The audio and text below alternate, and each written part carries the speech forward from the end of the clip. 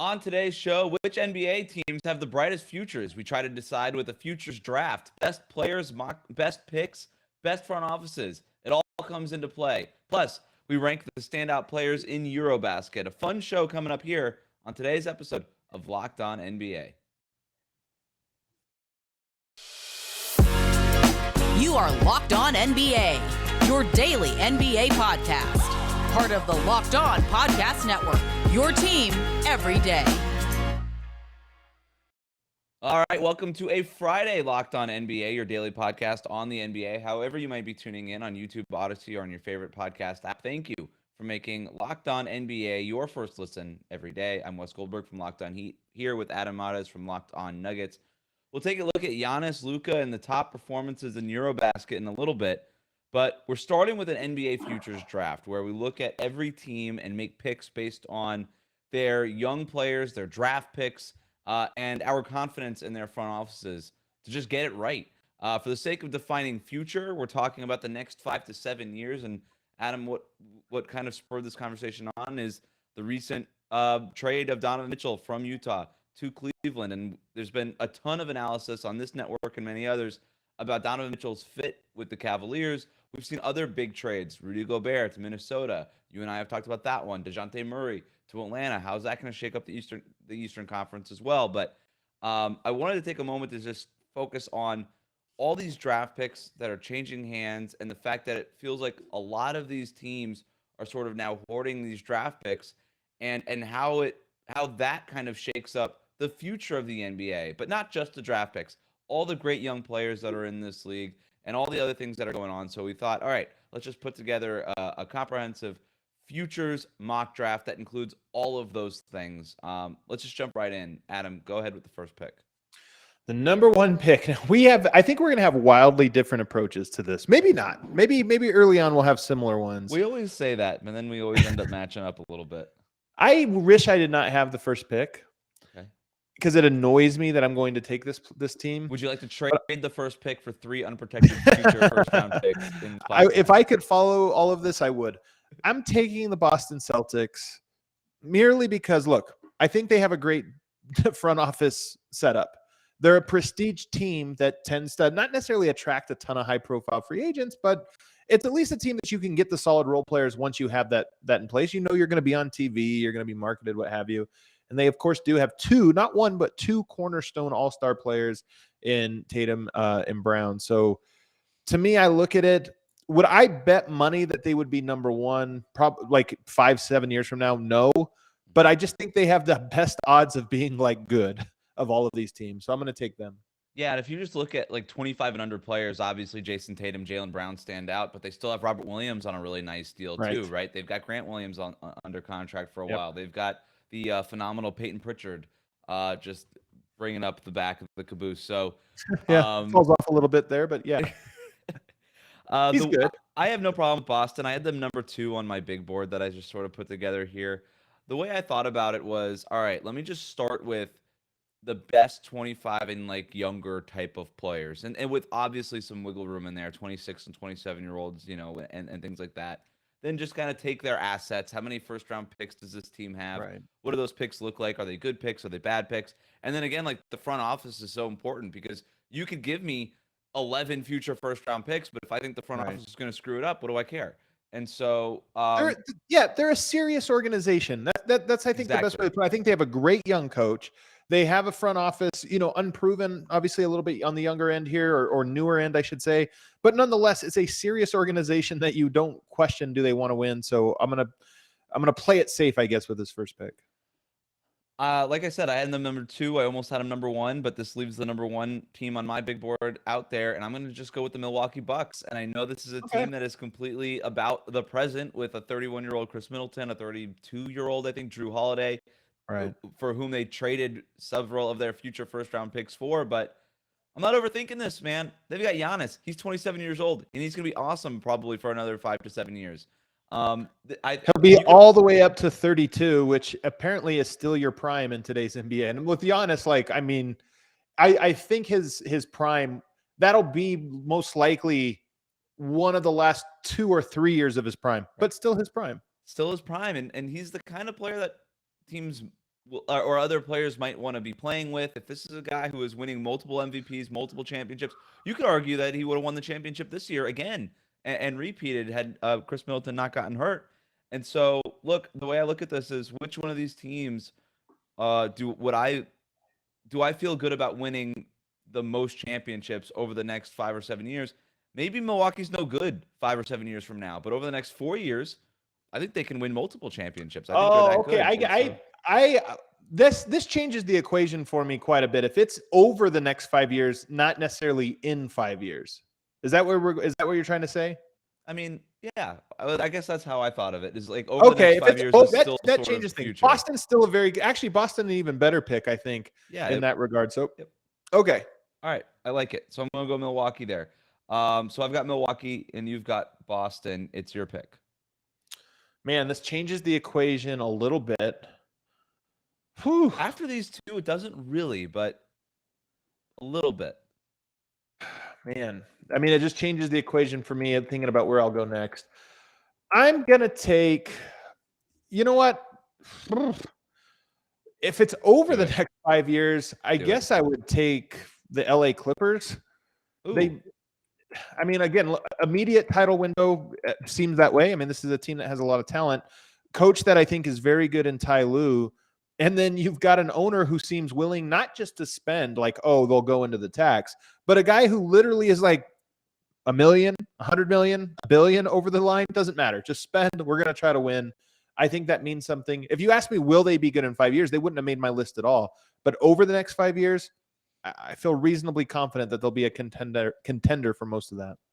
I like it. The owner thing is a really good point, right? So much of this is how owners invest, and you just saw a team like the Warriors with an owner who's very open to investing in the team, willing to keep the team together, and that kind of stuff matters.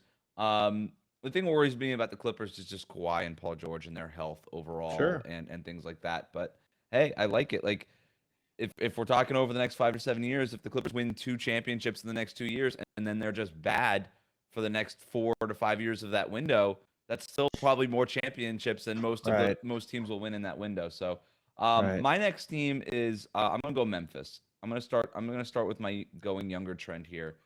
I just think Ja Morant is that dude. I just think he's that good. I love the fit. I love the core that they have. I love the front office. I think they draft really well. They still have most of their own picks. And I think they have a great young coach. And I think this is a good young team that feels like they are building towards something. We've seen them already get into the playoffs and handle that stage. And to me, they just have the right competitive mentality. It feels like they're building towards something. What that something is, I guess we'll find out. But it really does feel like kind of the Warriors circa 2013, 2014 before they exploded. I'm not saying that they're gonna be the Warriors. I'm just saying. I heard it, man. I'm clipping it. I'm putting it in a file ready to use whenever I need to get back at you. Man, I gotta be honest. Dynasty incoming. Yeah, dynasty incoming, according to Wes. I gotta be honest. I feel like this was a Darko pick. And you're not. I'm the one that's more on the outside of this take than ever. Like I'm just on the other side of the argument here from Memphis. I'm not saying they necessarily peaked. I don't know if that's like fair to say, but to me, I'm not buying them as next. They lost some pieces even this year that I think were like, some meaningful pieces. I don't know what their growth chart look. I don't know if it's a linear growth from where they are now to where they're going next. So for me, I gladly siege you Memphis Grizzlies over the next few years, both in terms of upside at the end of it and over the course of it. So you and I have just picked our first 2 teams. We're going to continue with our NBA futures draft next. But first, today's episode is brought to you by BetOnline. BetOnline.net is your #1 source for all of your pro and college football betting needs and sports info this season. Find all the latest football league developments, game matchups, news, and podcasts, including this year's opening week's games. As we're talking, Adam, we've got the Bills blowing out the Rams on opening night in the NFL. BetOnline is also your continued source for all of your sport wagering information, including live betting, esports, and scores. The fastest and easiest way to check in on all of your favorite sports and events, including MLB, MMA, boxing, and golf. Head to the website today or use your mobile device to learn more about the trends in action. BetOnline, where the game starts. Back here on Locked On NBA, continuing here with our NBA Futures Draft. Who are the best teams over the next 5 to 7 years? I've got Milwaukee and Memphis. Adam, you had the first pick, took Boston. And then with your second pick, you took the Clippers. Who's your next pick? I waited till segment 2, Wes. Whenever we do these, I go full homer. I'm going full homer. I'm taking the Denver Nuggets. Yes, they have the two-time MVP, arguably the greatest player in the NBA currently. You've got Jamal Murray, who's just 25 years old. People forget he's been out for 2 years, 2 postseasons. He's coming back at just 25 years old. And by the way, under contract for the next 5 seasons. Michael Porter, is it a wing or a weight? We don't know. He's a fantastic talent, but obviously star-crossed, injury-plagued. But you've also got Aaron Gordon locked up for the foreseeable future. You've got Kentavious Caldwell-Pope for the foreseeable future. You own the rights to Bones Highland for the foreseeable future. Those are all players. We first start with the MVP and say, okay, outside of maybe 2 or 3 teams, nobody else has an argument for having the best cornerstone piece. Right. And then when you talk about a Jamal Murray, Michael Porter, Aaron Gordon, Bones Highland, etc., to me, I look at that and I go, that is I don't know in 5, 6, 7 years where they'll be, but over the next 2, 3, 4 years, that's a team that should have be in the title contention window. I've got no problem with it at all. So that's a good pick. I'm going to go with the other great young cornerstone player, and I'm going to go with Dallas. And I'm going to be honest, I don't feel great about it, but I do feel great about getting Luke on my squad here. Yeah. I don't know what's up with the Mavericks. The Jalen Brunson loss is, I don't know if it's as much of a loss on paper as it is sort of a loss as an asset. I just don't really know how this team continues to improve other than small Christian Wood type deals season to season. But who's the co-star, right, with Luka Doncic? Nothing. They could make a Denver kind of move, right, where they start trading more of their picks and stuff to go get the Aaron Gordons and the guys like that. But what's great about Denver is that they have Jokic and Jamal Murray, and I just feel like Luka doesn't really have his Jamal Murray, and I don't really know the pathway to getting that player. If you need to start obviously trading more of those picks and things like that, but at the end of the day, it's Luka Doncic. He'll probably win an MVP. You got to imagine at some point in his career he's going to win a championship. And if and young players and great players like Luka just tend to figure it out. So I'm going to just bank on him figuring it out. Even if I can't do it, I'm not Luka. He is. So I'm just going to go with Dallas here. And when we have that being done, we've got Milwaukee, Boston, Denver, and Dallas picked. Those are basically the MVP caliber 27 and under players, right? And now all of those guys are off the board. Yeah. Luke is a great pick. I mean, Dallas is a great pick because of Luka. He is that good. The Dallas situation does remind me a little bit of, Cleveland circa 2006 or 7, where you're very excited about the cornerstone piece. He's that good that you do always feel like you have a chance. But you also look at it and say, they're not 1 year away. I'm not sure that they're 2 years away from really having that. So you start to look at this 5-year window and say, are they going to have the patience to do this in a 3-year plan? I don't know. And then on top of that, can you even pull that off? So that's kind of how I look at the Luka situation. I think you're A+ for like Western Conference Finals appearances. Right. Champion just feels like I don't have a lot of faith that they're going to build that one the right way, but we'll see. They might come to a point where they have to make sort of that Drew Holiday trade that Milwaukee made with Giannis, where you just say, you know what, let's just screw it. Let's just do it. We're going to overpay for this guy. We're going to go get this guy because he can put us over the top. Maybe that's something that works down the line for them, but who knows? But I got Luke on my team. I feel good about it. Who's your next pick? My next pick is this. It gets tough here. This really just shows your personality. I'm going Toronto Raptors. Okay. They have a very good team with some good young players. Like, I like their roster. What I'm really banking on, though, is the combination of ownership and management and coaching. I think that's really, they have some good pieces in place. I don't think they're a true contender right now, although I do think they're a very, very good team. But I just trust them to turn these good pieces into a couple great ones, the same way they did it with Kawhi Leonard. They just, to me, they remind me so much of the Toronto Raptors of 2017-18, where you looked at it and said they're good, but you got a master trade maestro over there in Masai Ujiri, and I think it's going to work out. I'm going to go Cleveland next with my pick. Man, I'm really torn between 2 teams, but Dan Gilbert. That's who you're betting on. I really don't feel great about it, but I'm going to do it. And This is more of my confidence in Evan Mobley. I try to think of Great. when we get to this point now that the Lukas and Giannis's and Jokic's and John Morant's are sort of off the board, who's that next young player who's going to emerge and make us say, you can win a championship with this guy as your top guy? And I love that they traded for Donovan Mitchell. I think it's a great swing for them. Darius Garland obviously coming on off of an All-Star season. Jarrett Allen's awesome. But I think Evan Mobley is that dude. I think he's going to be that good. And I if he is what people think he is, then he could be that guy who could be the best player on a championship team. And if that's the four plus a young guy in Isaac Okoro who could still maybe pop, I don't know. That's a talented team. The thing that makes me nervous about them is Dan Gilbert, but also the fact that they don't have any more draft picks, and this Right. is kind of it, right? So this is me putting kind of all my chips on Evan Mobley, and you know what? I think he's that good. I'm willing to do it. Your argument I found to be not as compelling. I'm against Memphis. I'm a little bit against Donovan Mitchell in Cleveland. Like, I think he obviously makes them better. It's more dynamic. There's this or that. But to me, it reaches a ceiling now with that team that I think is not high enough to go all the way. In fact, I think probably not anywhere close. So I look at that and I say, as much as there's young talent, Mobley and Darius Garland, some of the other pieces, I can't go there. If you would have told me, though, and the reports came out this week, Cleveland would be interested in LeBron James coming back, but on our terms. There's no longer Right. he comes in here and tells us what to do. Now, that sounds like a team that knows they're a couple years away from being told exactly what to do.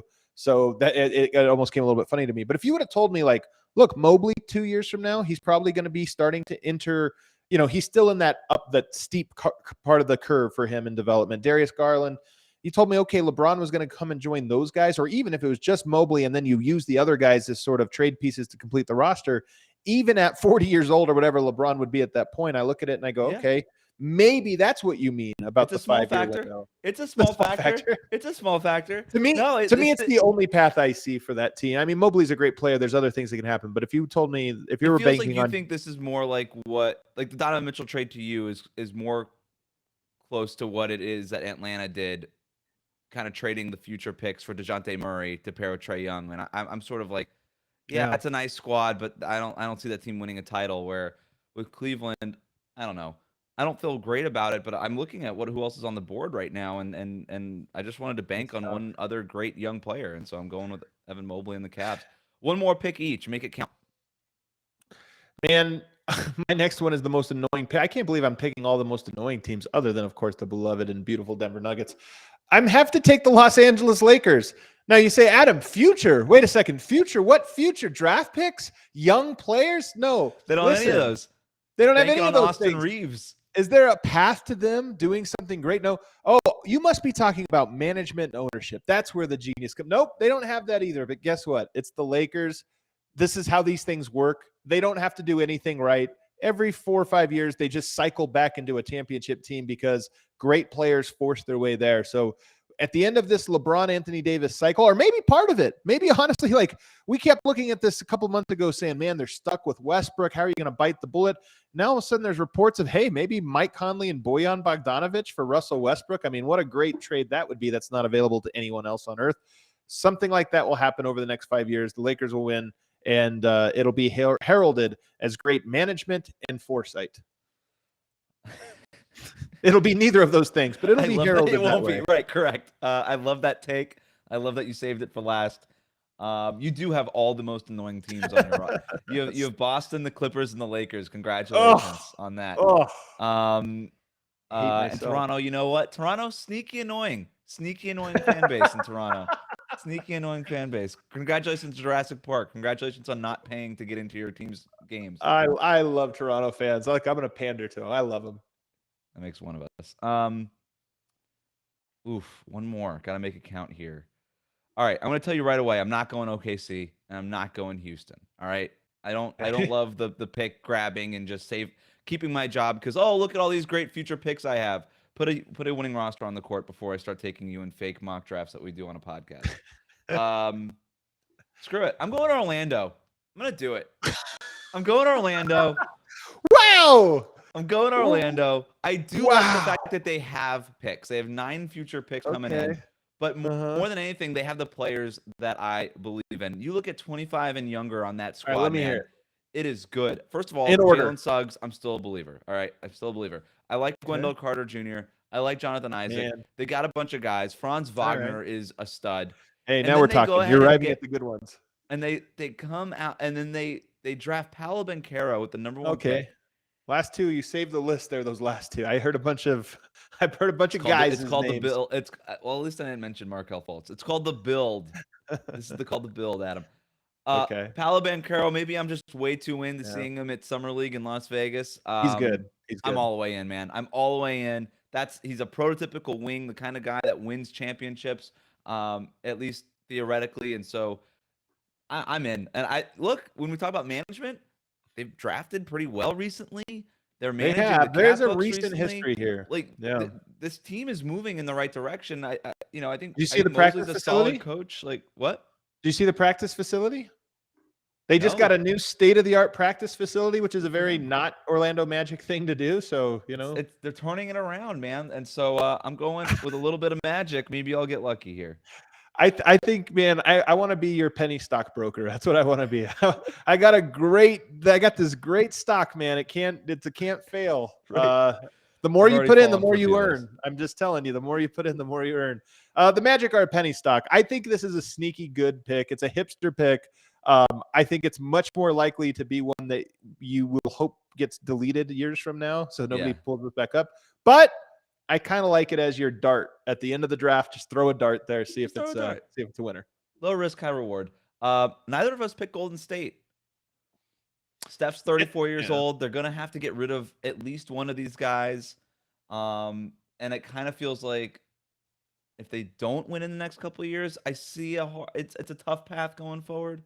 Well, they do have a lot of young talent, though. I mean, I like Kuminga, but it sounds like they're going to have to get rid of one of these guys. I'll tell you what, it's tough. It's tough because I went into this draft preparing for in 5 years. Yeah. But it's really the next 5 years. The Warriors, no question, deserve to have made it on this list because they might win next year. They might win the year after. They might win both years. I do think 5 years from now, they will not be. I think they'll probably find a lull of some sort. But in the next 5 years, you're right. We should have taken them way higher. One of us should have. I just had them not as a cross off, but a little bit lower than I should have, just because I want more clarity on some of these extensions and stuff before I take them in this really important practice that we just did. All right, let's get into our weekly countdown. What we do every Friday, ranking the top performers in EuroBasket. That's coming up next here on Locked On NBA.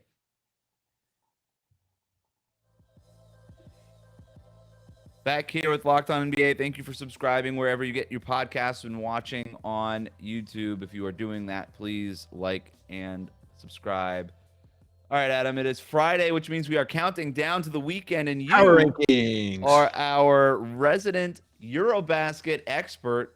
Yes, covering sir. that event live in Serbia a couple weeks ago. You've been watching these games. Yes, sir. The knockout round starts this weekend on Saturday. Tell us, who are the top performers in EuroBasket so far? Well, I wanted to go stick to NBA players. Top performers, spoiler alert, it's the guys you would have guessed. It's Nikola Jokic, Giannis Antetokounmpo, Luka Doncic. Those three guys, three of the best players in the world, and they have looked every bit as dominant in this EuroBasket tournament. I mean, all of those guys are just putting up absurd stat lines every single game. And if you ask me right now, who are the three most likely teams to win it all, I would say Slovenia, number one, because they have the easiest path to the championship. I would say Greece, two, because they have the second easiest path to the championship, although it's a fairly difficult one. And then Serbia, three. Serbia, to me, might be the best team, but they have by far the toughest path to the championship. So all three of those teams, 1, 2, 3, and I think a large part because of those players. So let's put them to the side. And let's say the players that have surprised me the most, NBA players who have really shined in this tournament, who might not be on your list. I want to give first an honorable mention. Two guys, neither of whom are in the NBA just yet. In Italy, you have Simone. I'm going to mess these names up, guys. I haven't really heard them a whole lot. Simone Fontecchio. Simone Fontecchio. He's a guy that's putting up some pretty ridiculous scoring numbers right now. Let me see if I have it in front of me. 19.2 points per game on pretty high efficiency. He's basically all Italy has, and he has been fantastic. And the other guy for Georgia, Alexander Mamakulashvili.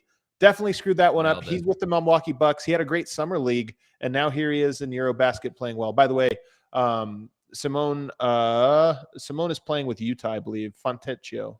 He's with Utah Jazz. So these guys will be guys you'll start hearing more of, I think, in the coming years. Congratulations to Fontecchio and go for the it. other one. The other guy. Mamu Kelashvili. Makai Luke. Great job, everybody. All right. Counting them down. Number 5. Makai Luke. Remember him? Of course. Former Pistons legend and Lakers legend. Makai Luke. He has been very impressive. Svi has been helping Team Ukraine. They were kind of a Cinderella darling for a moment here in this tournament. He's averaging 18 points per game. The efficiency's been pretty good. It's one of the top scorers actually in all of EuroBasket so far, and much to my surprise. And he's been pretty good. I think he's 12th. He's 12th in scoring in all of it. I wouldn't guess Makai Luke would be a top 15 scorer. He's played for a few different NBA teams, like you said. I'm wondering, if he continues to be on lists like this, if he'll get another chance. He played for the Lakers, like you said. They could use somebody like him. I think. I don't know. I mean, they were again he came out of the gate really, really hot. It's since then Ukraine has kind of petered off a little bit. I'm trying to find out where they got matched up in here. They got Poland. So you know what? Very winnable game in the first round of this tournament for Makai Luke and Team Ukraine. Get it done, Svi. Number 4, Cedi, another one that surprised me, representing Turkey. He's been he's been fantastic. He's like a little bit surprising. Some of these guys, they're role players in the NBA, and then they get into this tournament and they're a little bit more like, hey, we need a bucket. Where do we go? He's been one of those guys, and I've been very impressed with him throughout this tournament, averaging 16 points per game and shooting 47% from the field. Not the best, but still pretty solid. All right. Number 3, Denny Abdia.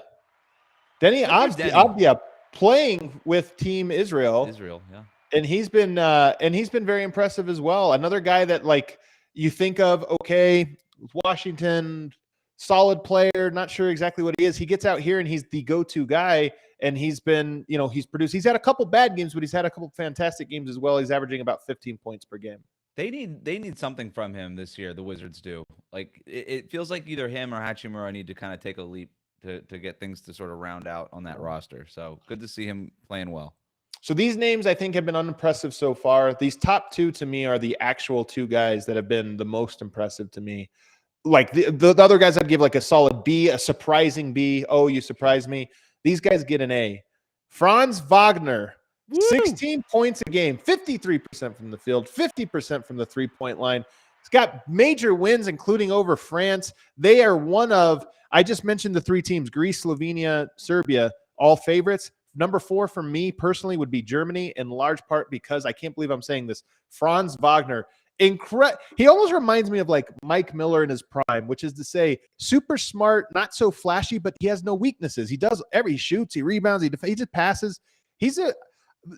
I want to mock your Orlando Magic pick more, except for watching Franz Wagner this week. I'm like, that guy's got it. I was going to mention the fact that I picked Orlando in our fake draft, so I'm glad you did it first. Thank you. Franz Wagner, he's the man. And number 1 most surprising and impressive NBA player at EuroBasket so far, Alperen Şengün. My God, there's a lot of hype. There's a lot of Şengün stands out there. I don't know if you know this. On Twitter and Reddit and stuff. He's a guy that people have kind of singled out to be there, almost a hipstery type pick. Yeah, I gotta say, I kind of default to not wanting to necessarily root for this guy. Right. 18 points. It's like per if game. You liked Enes Kanter after it was cool. right. He's got, but you know what's funny is though he reminds me more of a Boris Diaw type. He has this quirky game where passes really well, sees the court well, is kind of tough, can score. He's averaging, let me pull it up here, 18 points per game and shooting 59% from the field on again a very good Turkish team that has a chance. They play France in the first round. Should be an absolute battle. If they win, they'll match up with Serbia. Serbia and Turkey played in the World Cup qualifiers in the lead up to EuroBasket, and that was a game that came down all the way to the wire. So Turkey's been very good in large part because of Alperen Şengün. Houston was on my list for our draft too because they have Şengün. I do like him. I like Jabari. I like Jalen Green. I think he's going to be a stud. And they have a bunch of picks, but they're just super super young, super super raw, but going to be a ton of fun to watch. Like if we did a league pass rankings, they're going to be probably high up there, at least for the beginning of the season before they start losing a bunch of Their owner wrote a book called "Shut Up and Listen" or something like that, Yes. and there's no way you can put them on the list now. You're not getting rewarded on the Friday Locked On NBA. That ain't happening. That's right. You sit down. You sit down. EuroBasket again. Knockout round starts this weekend on Saturday. It's great. I'm telling you, if you like basketball, this is. I've likened it to March Madness. Anybody could go home. The games matter. There's history. There's the gameplay is super. It's not like March Madness for gameplay. The gameplay is 1,000 times higher. It's like if March Madness featured Giannis, Luka, and Jokic. Like the games are very intense. A lot is on the line for the guys playing and the countries playing. It's really, really high level basketball. I will put it this way. The games you will see over the next week at EuroBasket will be more compelling, competitive, and interesting than 95% of the NBA games you're going to see between now and Christmas. Well, you'll be watching it. I'll be watching it. You've talked me into it. We're all here for it. That'll do it for us today. Remember to subscribe to new episodes of Locked On NBA wherever you listen to the podcast for 30 minutes of the NBA's top stories every day. Until next Friday, you can find me over at Locked On Heat and Adam on his couch watching EuroBasket as well as on Locked On Nuggets. Thank you for making Locked On NBA your first listen every day.